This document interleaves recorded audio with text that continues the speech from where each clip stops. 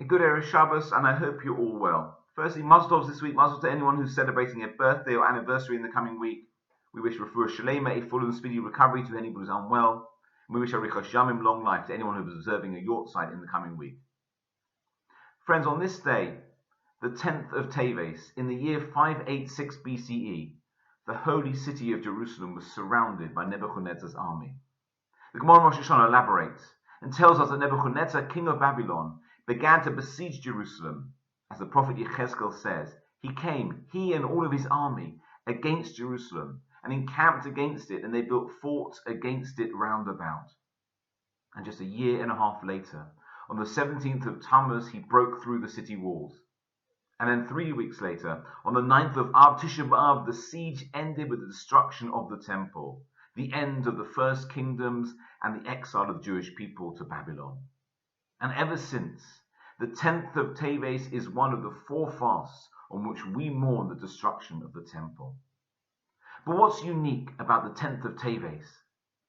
That it means it's the only one of these fasts that can fall on a Friday and can continue into Shabbos.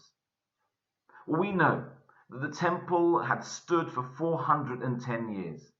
But we can only imagine the shock and astonishment with which the siege on Jerusalem must have been received. Even the report of the siege, as related to Yechezkel, reflects the Jewish people's disbelief. The prophet relates, and the word of God came to me in the 9th year, in the 10th month, in the 10th day of the month, saying this, record this date, this exact day, for this very day the king of Babylon had laid siege to Jerusalem. Now it's almost as if God speaks to Yechezkel's sense of surprise that the siege of Jerusalem began by emphasizing the day of the attack at Etzem Hayom Hazeh, this exact day, this very day. And so the fast of Aseret B'Teves, the 10th of Teves, reminds us of the false sense of security, both spiritual and physical, which took hold of the people prior to the destruction of the temple. And it challenges us to constantly examine ourselves and in whom we place our faith. But we must also ask ourselves this critical question. What do we do when we're under siege? Because the truth is, we too are now under siege. This time not by a powerful army, but from an invisible but equally deadly enemy, coronavirus. Our lives are disrupted, our freedoms restricted, and our health and livelihoods at risk. And as you know, we had to take the difficult decision to close our shul again, and so our communal life is also affected. So how should we respond? Well, the only way we know how. We dig deep. We mine undiscovered stores of strength and resilience, and we show a determination to survive. And that's why we fast, even on a Friday, to prove to ourselves that we have everything that we need within ourselves. We possess the human resources necessary, and with God's help, we will carry on undeterred.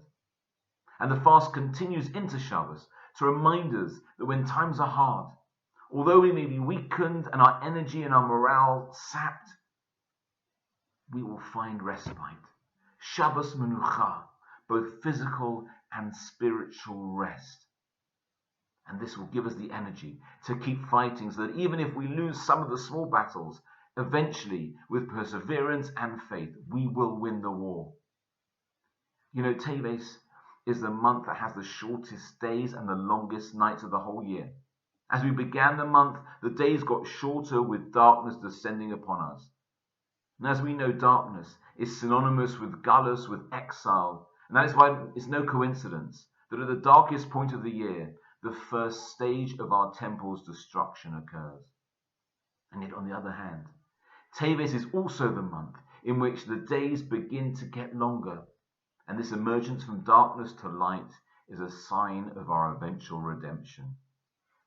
And so I say this Shabbos, let's remind ourselves of some important truths. That although we're under siege, we will survive. We may be physically distanced, but we remain spiritually connected. And we have all the resources that we need.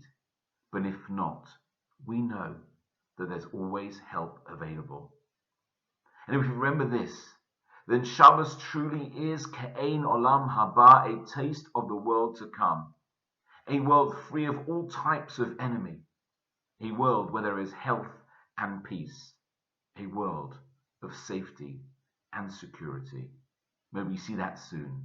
Chazak ve'amatzek, stay strong, keep well, look after yourselves and each other. Good Shabbos.